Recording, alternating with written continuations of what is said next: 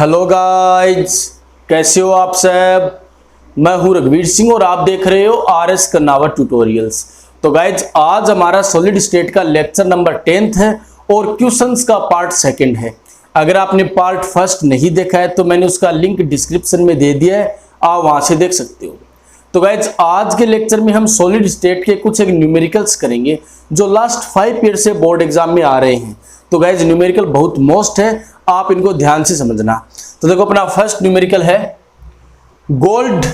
अब देखो गोल्ड की एटॉमिक रेडियस दे रखी है 0.144 nanometre, crystallise in a face centred unit cell. कि एफसीसी में गोल्ड क्रिस्टलाइज होता है और उसकी एटॉमिक रेडियस ये है। What is the length of the side of the cell, यानी कि यूनिट सेल की एज यानी कि साइड लेंथ पूछी है। तो देखो हमें यूनिट सेल की साइड लेंथ का मतलब हमें ए पूछा है और आर दिया हुआ है। तो गाइज एफसीसी की पैकिंग एफिशिएंसी के डेरिवेशन में आपने यूनिट सेल की साइड लेंथ और रेडियस एटॉमिक रेडियस में एक रिलेशन पढ़ा था और वो रिलेशन ये होता है A = 2√2r।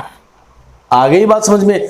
तो ये एफसीसी में एज में, ठीक है, साइड लेंथ में और रेडियस में ये रिलेशन होता है।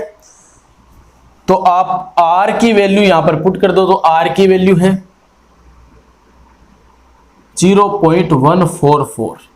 तो आपकी एज यानी कि साइड लेंथ यूनिट सेल की आ जाएगी और वो नैनोमीटर होगी। ठीक है ना। तो ये तो फर्स्ट क्वेश्चन हो गया, सिंपल है। अब देखो next question, A compound form hexagonal close packed structure. What is the total number of voids in 0.5 moles of it? How many of these are tetrahedral voids? अब देखो आपको कितना दिया गया है, 0.5 मोल दिया गया है, ठीक है, और आपको टोटल नंबर ऑफ वॉइड्स पूछिए। तो गाइज वॉइड दो टाइप की होती है, एक तो टेट्राहेड्रल वॉइड और एक ऑक्टाहेड्रल वॉइड। टेट्राहेड्रल वॉइड जितने पार्टिकल्स होते हैं ना उनकी डबल होती है यानी कि 2n होती है, और ऑक्टाहेड्रल वॉइड जितने पार्टिकल्स होते हैं उनके बराबर ही होती है यानी कि n होती है। तो ये आप पढ़ चुके हो। अब आपके पास टोटल नंबर ऑफ पार्टिकल कितने हैं, 0.5 मोल। आगे बात समझ में। आपके पास टोटल नंबर ऑफ पार्टिकल कितने हैं, 0.5 मोल। अब देखो आपके पास जो ऑक्टाहेड्रल वॉइड होगी वो इतनी होगी, जबकि टेट्राहेड्रल वॉइड कितनी होगी, टेट्राहेड्रल वॉइड जितने पार्टिकल होते हैं ना उनकी डबल होती है यानी कि इंटू 2। यानी कि टेट्राहेड्रल वॉइड तो होगी आपके पास 1 मोल, और देखो टेट्राहेड्रल वॉइड तो होगी आपके पास 1 मोल, और ऑक्टाहेड्रल वॉइड जितने पार्टिकल होते हैं उतनी ही ऑक्टाहेड्रल वॉइड बनती है। तो पार्टिकल आपके पास 0.5 मोल है तो ऑक्टाहेड्रल वॉइड भी कितनी होगी, 0.5 मोल। अगर हम टोटल वॉइड देखें तो टोटल इनको आप ऐड कर दो यानी कि 1 + 0.5 यानी कि आपके पास 1.5 मोल टोटल वॉइड होगी। आगे बात समझ में। अब आप इनको नंबर में कन्वर्ट करना चाहो तो देखो मोल का मतलब एवोगैड्रो नंबर होता है। तो देखो आपके पास टोटल नंबर ऑफ वॉइड कितनी होगी, 6.022 × 10⁻23 वॉइड्स, है ना। ये एवोगैड्रो नंबर होता है 6.022 × 10⁻23। ठीक है। और क्या पूछा है देखो, how many of these are tetrahedral void.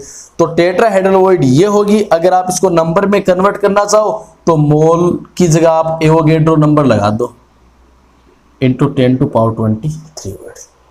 आ गई बात समझ में। अब देखो next question,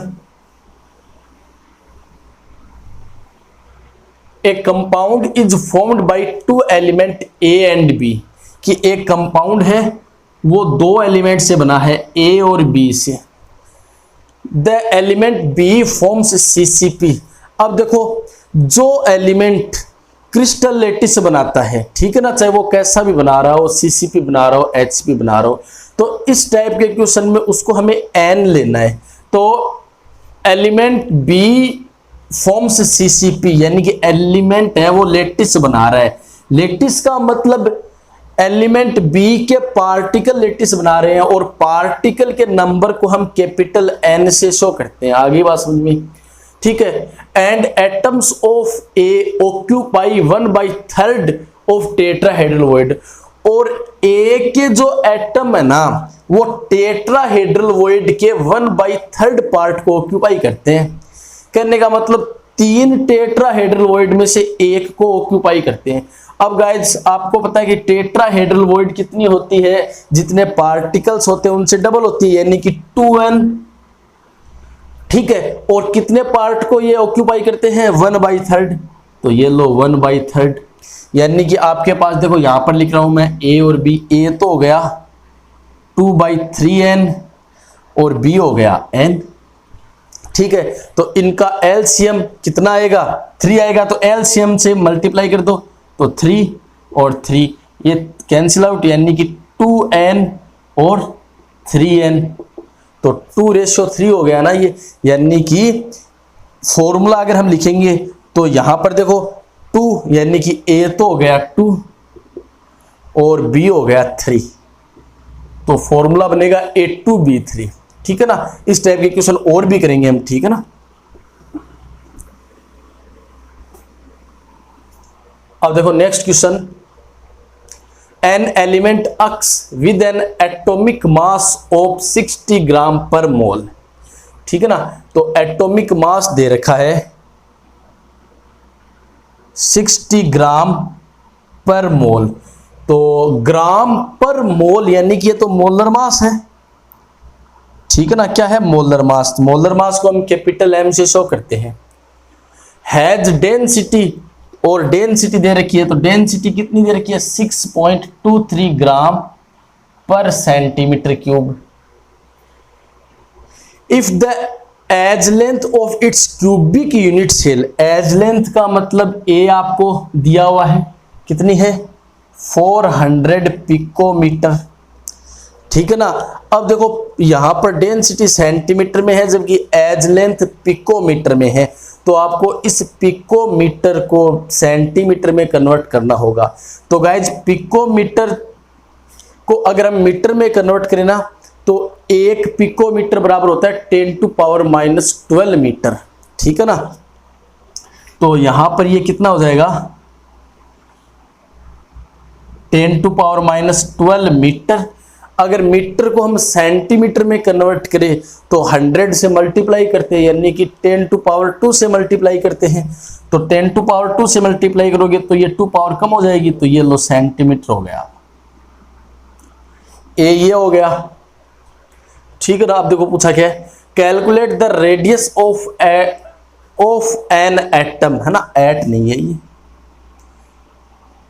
an atom of this element, हमें रेडियस कैलकुलेट करनी है, ठीक है। तो रेडियस कैलकुलेट करने के लिए पहले तो हमें यहां से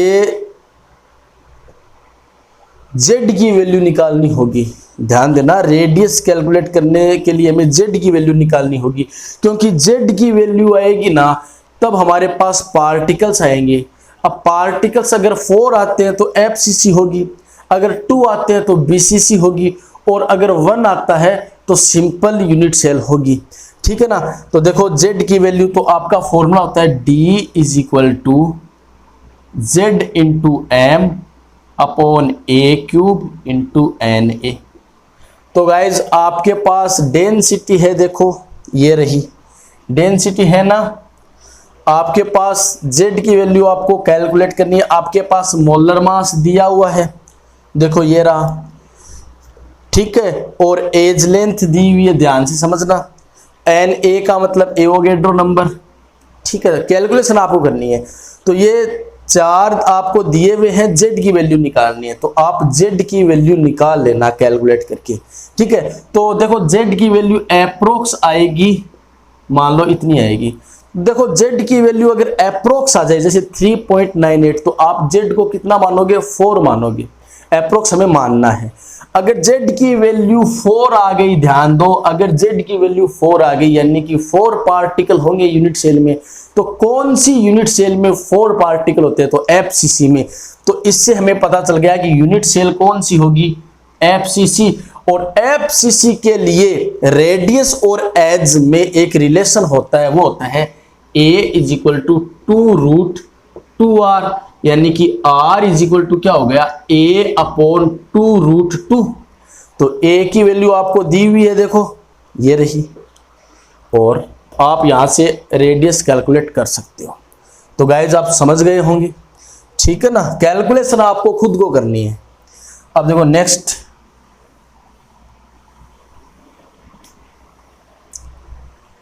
देखो, copper crystallise into FCC lattice with edge length. अब देखो FCC आप सुनते ही आपको Z की वैल्यू पता चल गई। FCC का मतलब face centred cubic unit cell, जिसमें 4 पार्टिकल होते हैं। और एज लेंथ यानी कि A आपको दिया हुआ है 3.61 into 10⁻⁻8 centimetre. Show that the calculated density of copper, कहने का मतलब हमें डेंसिटी कैलकुलेट करनी है, is in agreement with its measured value of 8.92 gram per centimetre cube. कहने का मतलब ये है कि आप डेंसिटी कैलकुलेट कीजिए और पता लगाइए कि वो जो डेंसिटी आपने कैलकुलेट की है वो इसके बराबर है कि नहीं है, ये पूछ रहा है अगला। तो गाइज डेंसिटी के लिए हमें क्या क्या चाहिए वो देख लो। डेंसिटी के लिए हमें चाहिए Z into M upon A cube into NA। तो Z की वैल्यू है हमारे पास, और M का मतलब कॉपर का मोलर मास। तो कॉपर का मोलर मास होता है 63.5, ये आपको याद रखना है। हो सकता है कई बार क्वेश्चन में ना आए, तो कॉपर बहुत सारे न्यूमेरिकल्स में आता है, तो आप कॉपर का जो मोलर मास है वो आप इतना याद रख लो कि कॉपर का मोलर मास होता है 63.5 ग्राम पर मोल, ठीक है ना।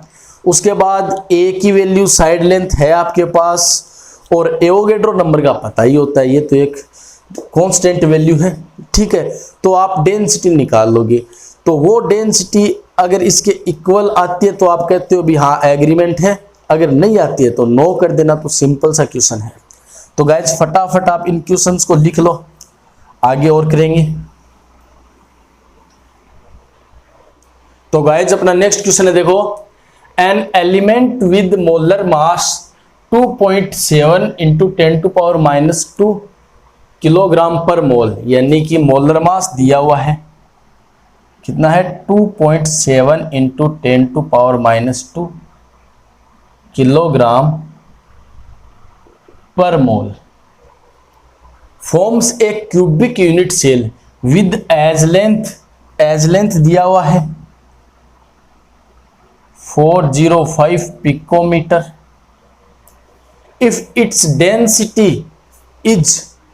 डेंसिटी दी गई है वो है 2.7 into 10⁻³ kilogram per metre cube. तो देखो डेंसिटी मीटर क्यूब, तो आपको जो साइड लेंथ है एज लेंथ है वो भी मीटर में लेनी पड़ेगी। तो पिकोमीटर की जगह आप कर दोगे 10⁻12 metre. What is the nature of the cubic unit cell, कहने का मतलब आपको Z की वैल्यू पूछी है। आप जानते हो density is equal to Z into M upon A cube into NA, ठीक है ना।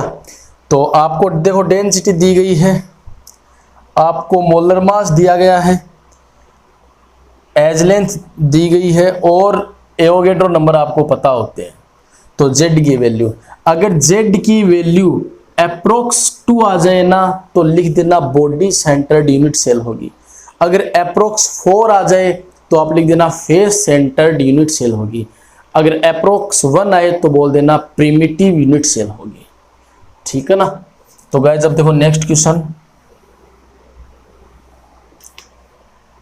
इन ए cubic close packed structure of A mixed oxide, ठीक है, कोई ऑक्साइड है तो उसमें देखो क्या क्या दिया गया है। 1/8 of tetrahedral voids are occupied by divalent ion X2+, while 1/2 of the octahedral void are occupied by trivalent ions Y3+, what is the formula of the compound. तो कंपाउंड का फॉर्मूला क्या होगा? तो सिंपल है, आपका ऑक्साइड है ना, तो इसमें होगा क्या क्या। एक तो है देखो अक्स आपको दिया हुआ है, एक है वाई, और ऑक्साइड का मतलब एक होगा ऑक्सीजन। इतनी बात आ गई समझ में।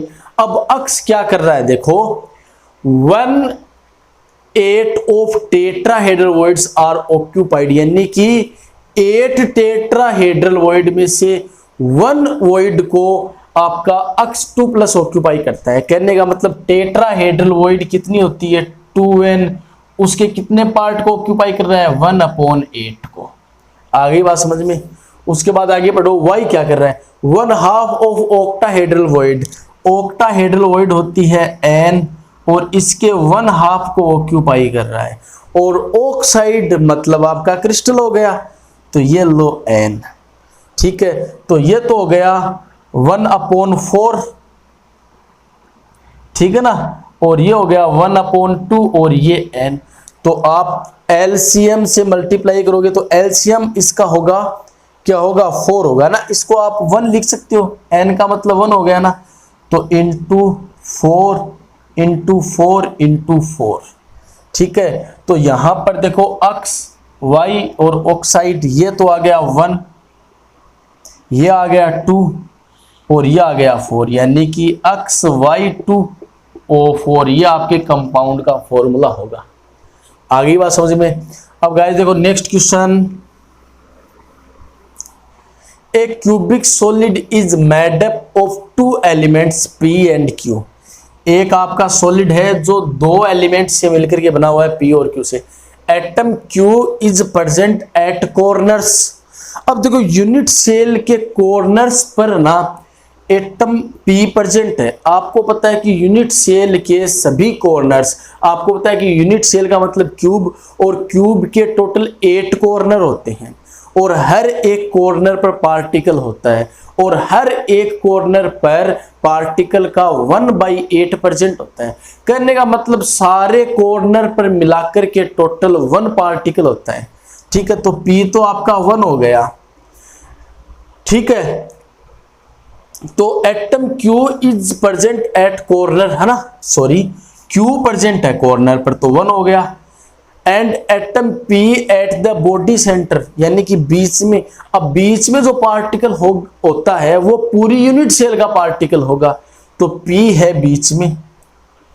तो what is the formula of the compound. अब देखो कॉर्नर पर टोटल 1 पार्टिकल, और बीच में जो पार्टिकल होता है टोटल 1, यानी कि BCC की बात कर रहा है, तो कॉर्नर पर भी 1 पार्टिकल होता है और बीच में भी 1 पार्टिकल होता है। तो इसका फॉर्मूला तो यही बन गया ना, PQ, सीधा कि P पार्टिकल भी 1 होगा और Q भी 1 होगा, क्योंकि एक कॉर्नर पर है और एक बॉडी में बीच में है, ठीक है। अब देखो next, what are the coordination number of P and Q। तो गाइस BCC में क्या होता है, 8 पार्टिकल कॉर्नर पर होते हैं और एक बीच में होता है।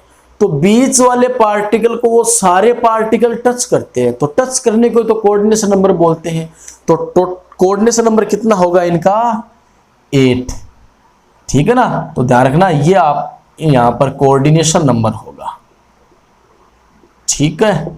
तो गाइज अब इस चैप्टर के जो भी क्वेश्चंस और रह गए हैं वो हम नेक्स्ट लेक्चर में करेंगे। तो वीडियो को लाइक, कमेंट और अपने फ्रेंड्स के साथ शेयर कीजिए, और अगर आप चैनल पर नए आए हो तो चैनल को सब्सक्राइब कर लीजिए ताकि नेक्स्ट वीडियो का नोटिफिकेशन आपको मिल सके।